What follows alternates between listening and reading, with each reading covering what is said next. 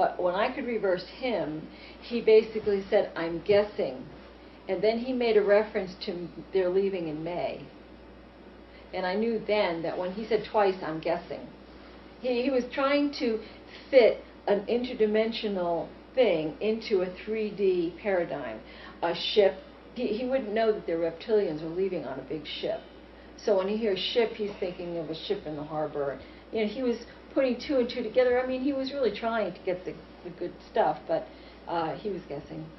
Now, with David Oates, he would hear owl, and he would hear certain animals or different nouns, and he would assign a metaphor to those that were different than the metaphor that you assigned to him. Yes. And can you talk a little bit about the differences between you and Oates in regard to the interpretations? Well, he sees all reversals as parts of the mind, metaphors for different things going on within your mind. And I see them as that plus interdimensional activities. And so when he sees the owl, which is the #1 metaphor for this reptilian group, he calls it the higher wisdom of the mind. When he sees snake and serpent as snake being deceptive, serpent being healing. I see it all as talking about these reptilians. The net he sees as confusion within your mind. The net is a frequency around the planet that holds us in. So if you're not looking at things interdimensionally, if you're just seeing them as parts of your psyche, you're going to get different things. Now, David Icke is probably the most prominent researcher who's well known for his reptilian research now. Originally it was conspiratorial and government control, and it evolved for him into he put the pieces together and came up with the same types of things that you're coming up with. How has reading Icke, if you have read him or speaking with him, how has he influenced you?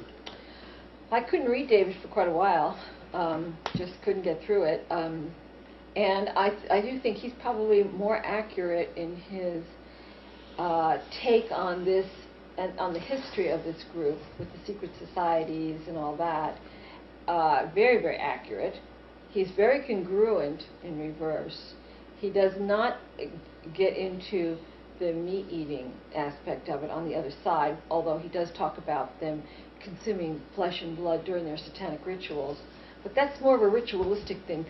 The people on the other side of their daily fare, they have restaurants on the other side that serve human meat. And so, he's got a lot of good information, way more technical thing about their symbols and their, secret societies and their history than I do. But just, that's a big gap, the meat eating of the astral people. And other than that, I have tremendous respect for David. Now, David went down to, I guess it was South America, and partook in some ayahuasca tea.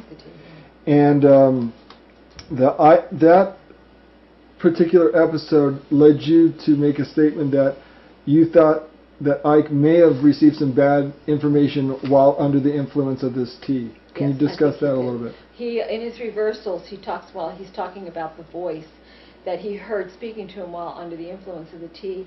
He refers to the voice as the serpent, and that she's lying. He'll lose the facts. That he did say that he was raped while he was under the influence, although he doesn't remember that. And other things that I think that he was told things that were not true, like, for instance, they're not computer programs. He said they're computer programs brought on by the earth, which felt itself cut off from the source, and that's all wrong. He's got up until the ayahuasca tea, he was doing great. Yes, we're all holographic, but I can't comment too much on that. But he's off on some of his key things, as far as I'm concerned. Now, you also have a problem with channeling now, having done all this research, where before a lot of that channeled information you took to heart. Right.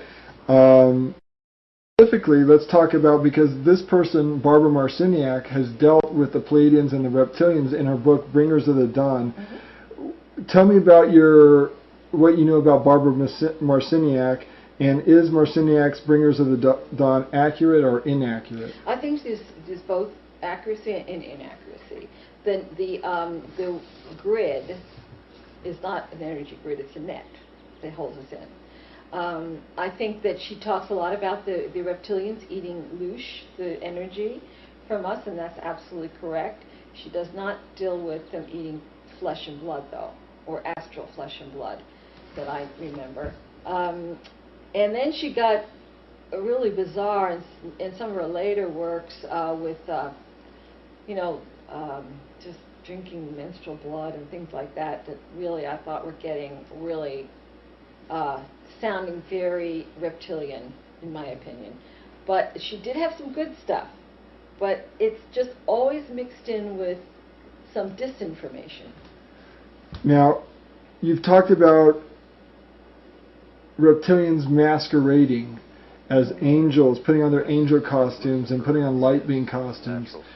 And that reptilians have engineered the near-death experiences to dupe humans, and that when spirit people die, they're actually propelled and dumped into the astral.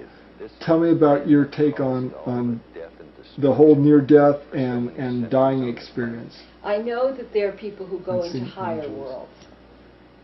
I can't talk to them. They're unavailable, but I have heard that they are, because I know I've asked about some of my loved ones, and they are in a place that's safe. They weren't grabbed and eaten. The people in the lower astral, I think, had problems in their lives, and for some reason the kids got in there too. I don't know how exactly why that happened. When they died, when I've reversed anybody talking about their near-death experience, even though it sounds wonderful in forward speech, it's all about rape, fright, abuse, being knocked around, being threatened, and then they reflect back your own spirituality. We all are very powerful and spiritual. They can manipulate the right temporal lobe and give you lights, camera, action, angels, visions. They can do, because they know our minds. So they erase the abuse, then they give you this beautiful vision, and that's what you come back with. Except in your reverse speech part of the mind. That's where you remember what really happened. Now, Alex Collier talks about the reptilians being master geneticists, and initially having engineered the human race to be a slave race, a mining race for them, and that part of our DNA was taken out, and the reptilian mind, which is the reptilian complex, the R complex in the brain, being inserted there. And do you think this is the way that they're able to know the human mind and manipulate it, or do you have another take on that? I think that's pretty much right. Tell me about the masquerading as angels and light beings. Why would they do that, and how do they do that? They will scan your mind to see what you relate to. If you have a vision of angels with wings and, feminine, blonde, or whatever, they'll appear like that. If you are looking for an Eastern guru with a long beard, they'll give you what they know you would relate to. In reality, so they're master manipulators. They're shapeshifters. Whatever you think or whatever you're looking for, that's what you'll get. So people who are channeling angels. I've never heard any channeling that was pure. And how about a human hearing audible voices or whispers? That would be an implant, definitely. Does a television medium like John Edward, who has a syndicated TV show, is he channeling people who have passed on to the safe spot, like some of your relatives? Or is he channeling reptilians who are pretending to be loved ones, or is he just a fake? Well, the mediums, and I haven't done John Edward much. I just did a little bit, but I've done other mediums, and they're channeling reptilians who, when I say channeling, what happens is, if you're the sitter, there'll be a reptilian scanning your mind to see who you want to talk to. Then they will give the medium that information through symbols and voices and audio implants.